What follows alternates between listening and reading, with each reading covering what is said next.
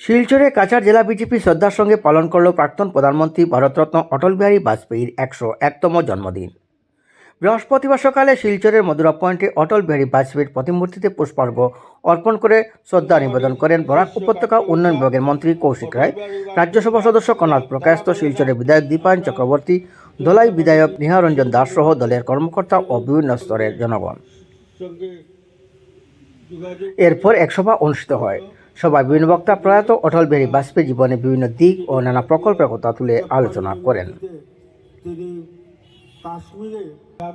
এতে বক্তব্য রাখেন বরাক উপত্যকা উন্নয়ন বিভাগের মন্ত্রী কৌশিক রায়, রাজ্যসভা সদস্য কর্নাল প্রকাশত সহ আরও অনেকে।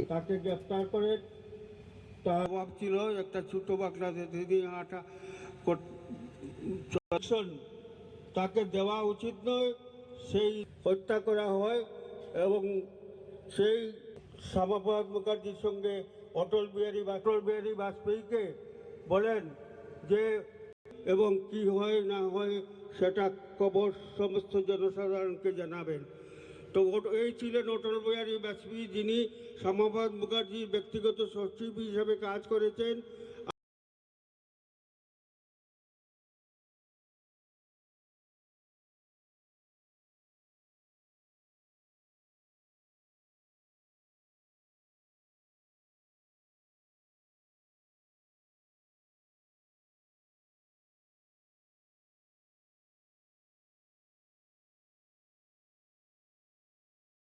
যেরকম ভালো পেয়েছিলেন, আসামকেও ভালো পেয়েছিলেন।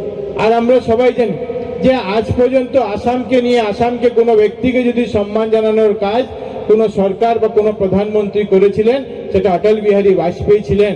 আর 1950 সালে গোপীনাথ বরদলৈ আসামের মুখ্যমন্ত্রী, ওনার প্রয়াত হয়েছিল, কিন্তু 49 বছর পর কোনো প্রথম অসমিয়াকে, কোনো প্রথম আসামের নাগরিককে ভারতরত্ন দেওয়ার যে কাজ, সেই কাজ অটল বিহারী বাজপেয়ীজি সরকার সেই সময় করেছিল।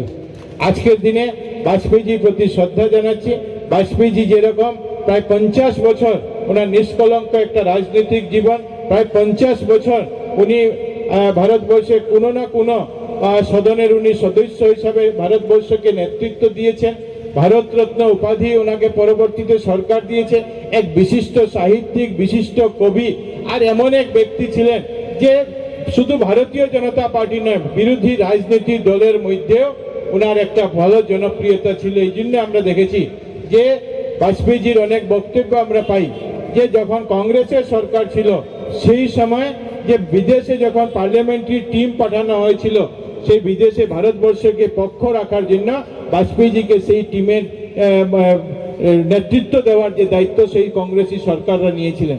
কারণ বাজপেয়ীজির কাছে রাজনীতি বড় ছিল না, বাজপেয়ীজি থাকে দেশপ্রেম, ভারত মাতা বড় ছিল। আর আপনাদের সবাইকে অনুরোধ করব যে বাজপেয়ীজির যে পথ দেখানো পথ, বাজপেয়ীজি যে অন্তদয়ের চিন্তাধারা, বাজপেয়ীজিকে যে সবাইকে নিয়ে চলার যে মানসিকতা, এই মানসিকতা নিয়ে যাতে আমরাও আগামী দিনে আমরা আমাদের সমাজকে এগিয়ে নিতে পারি, দেশকে এগিয়ে নিতে পারি, ভারতবর্ষকে শক্তিশালী করতে পারি। আজকের দিনে 101তম জন্মদিন দিবসে বাজপেয়ীজির শ্রীচরণে আমার শ্রদ্ধাঞ্জলি জ্ঞাপন করে আপনাদের সবাইকে আমার শ্রদ্ধা নিবেদন করে আমার বক্তব্য শেষ করছি। ভারত মাতা কি জয়। অটলজির জীবনকে যদি আমরা বিশ্লেষণ করি, প্রথম যে জিনিসটা আমরা দেখতে পাই যে অটল বিহারী বাজপেয়ী আমাদের পরবর্তী প্রজন্মের কাছে যে বার্তা দিয়ে গেছেন যে শাসন ক্ষমতা শুধু শাসনে টিকে থাকা বা সেই সঙ্গে সঙ্গে ক্ষমতা উপভোগ করা নয়, শাসন ক্ষমতা হচ্ছে জনসাধারণের সাথে সেতু বন্ধন করা, জনসাধারণের বিশ্বাস অর্জন করা, জনসাধারণের আশা আকাঙ্ক্ষাকে সম্মান দিয়ে সেটাকে পূর্ণ করা, সেটাই হচ্ছে শাসন ক্ষমতায় থাকার মূল লক্ষ্য, যেটা অটল বিহারী বাজপেয়ীজি আমাদেরকে দিয়ে গেছে। অটলজির জীবনের আরো কিছু দিক আমরা লক্ষ্য করেছি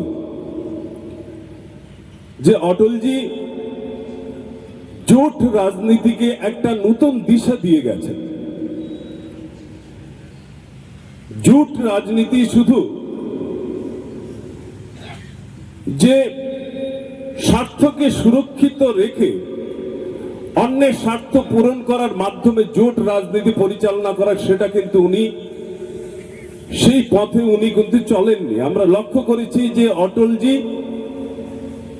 প্রায় 24টি দলকে নিয়ে জোট রাজনীতি করেছেন এবং সফল তার মূল্যায়ন তিনি করেছেন এবং সফলভাবে সেটাকে পরিচালনা করার দেখিয়েছেন। সেটার পেছনে কারণ হচ্ছে